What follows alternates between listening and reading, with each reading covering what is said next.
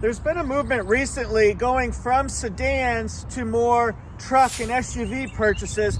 One of those reasons is because of the all-wheel drive capabilities. So the sedan market decreasing, SUV and truck increasing.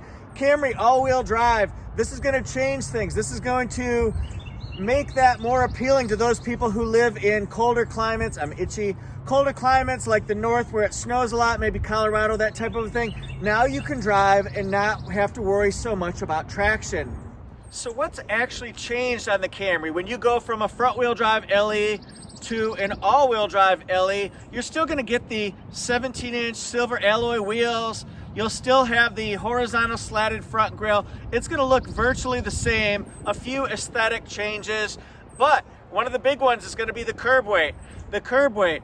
The LE front-wheel drive is 3,296 pounds. Then this one right here, 3,475 pounds. So it's just about 200 pounds more on the all-wheel drive than it is on the front-wheel drive. Also, the fuel mileage has changed. This one here averages 25 in the city, 34 on the highway, combined of 29. The front-wheel drive is combined of 32. It's 28 in the city, 39 on the highway. So it's about 3 or 4 miles difference whether you go with city, highway, or combined. So you'll get a decrease, but an increase in traction capabilities. So it's a trade-off. If you're someone who liked the look of the LE already, have no fear. It stayed the same with the all-wheel drive. In fact, there are very few different features or defining characteristics about this all-wheel drive that makes you even wonder to yourself, could this be different than the front-wheel drive? Still comes with backup camera, LED tail lights, and stop lights. There's a backup camera there. Of course, all-wheel drive, that's exciting right there. And it has a metallic exhaust pipe. 17-inch silver alloy wheels.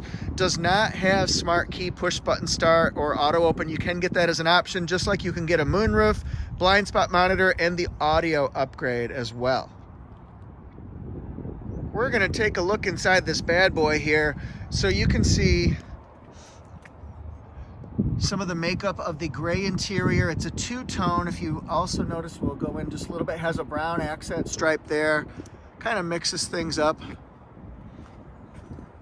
It comes with, just like on the LE front-wheel drive, a wood grain trim accent piece.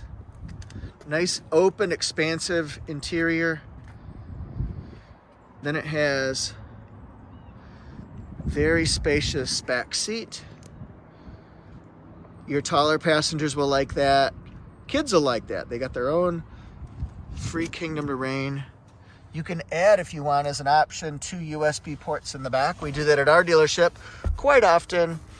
Very comfortable. It's like I'm squeezing the Charmin. Armrest there. And then it's got latches for child safety seats. I should show you those up here too. There are 3 latches going across for child safety seats. And then look at the interior here from the back seat side. I just love this. It reminds me very much of my XLE. Love it. The engine performance is slightly different as well, but really not much. It's considered statistically the same. This is a 2.5 liter 4-cylinder engine. In the front wheel drive, you're going to be getting 203 horsepower, 184 foot-pounds of torque. In this one here, it goes down just a little bit. It's 202 horsepower, 182 is the torque number. It's matched with an 8-speed automatic transmission, and the suspension, it's McPherson struts in the front, multi-link rear suspension in the back. Notice the pneumatic lifts here, and also soundproofing. What? Shall we revisit the trunk? Several reasons people will want to know. Is anything affected? Space, the spare tire area, any type of thing like that. It still has this glow-in-the-dark latch. That way, in different situations, you can pull this and it glows so you can see it. So if the trunk is shut, let's say you accidentally lock yourself in if you're a child, you can pull that and get yourself out. If Worst case, horrible scenario, if you get kidnapped and they throw you in the trunk, pop that, and then you can safely get out and escape. So those are 1 in a million situations, but you do have a way to get out. So you pull those pins right there, and that way you can push these through. So if you've got something long, like a broomstick or some skis or whatever, 2x4s, you can just put it in like that without having to go around and lower the seats from the second row compartment. Lift this up. Very smart engineering here, guys. Here's your spare jack equipment, spare tire equipment. It's not your spare jack equipment, it's your jack equipment. So we lift this soundproofing up, and notice that it fits the actual irregularly shaped well so that it eliminates a lot of road noise that you might hear coming from the back part. It's a temporary spare tire. Holla. But it's the same diameter. Notice that? See that? It's 17 inches, so it's the same exact diameter, which is fantastic because it's not going to wobble as you go down the road. This is what the back seat looks like when the seats are down. It's, I don't know, let's call it 80% flat, 90% flat. You can store things. Dogs could sit there. There are a few features that I really appreciate on this vehicle. For example, I like that this is an LE and it has power driver seat, automatic high beams, easy to use steering wheel controls, and look at this, everyone. This is the 7-inch multi-information display. It bumped up from the LE's 4.2 inch. So let's see if we can find some information to show you about the car. I thought it would have like an all-wheel drive indicator so you could see like what wheels have more traction, but I'm not finding that, so I don't think it does. But it does also have the digital speed up here, which is always appreciated.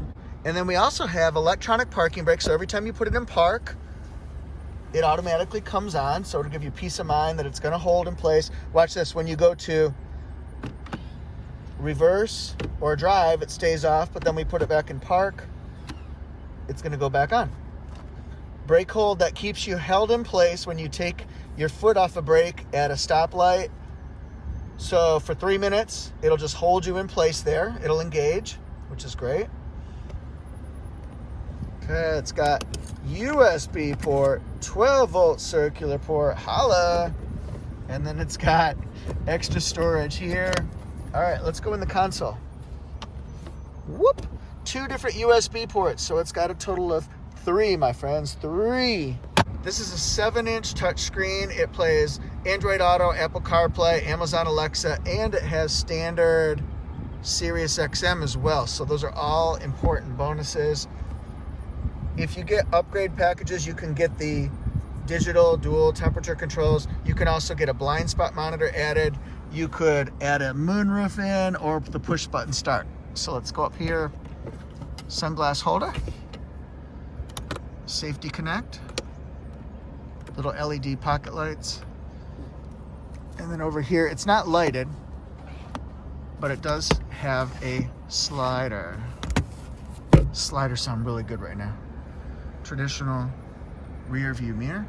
Here's a good question. How much is it going to cost to upgrade from the front wheel drive to the all-wheel drive? So this is, excited to see this, LE all-wheel drive made in world famous Georgetown, Kentucky. The safety ratings when they come out, they're going to be 5 stars across the board because that's what every Camry is. And the fuel mileage, it used to be average of 32 on the front wheel drive and then 28 and 39. But here's the MSRP. It's $1,400 more to get this all-wheel drive. It used to be in the front wheel drive $24,970 as a factory MSRP. So look at that, all-wheel drive in the house.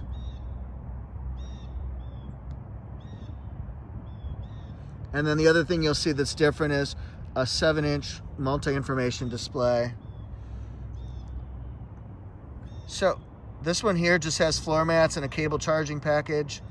And then once you add in delivery, destination, it's $27,727. Play that number today, guys.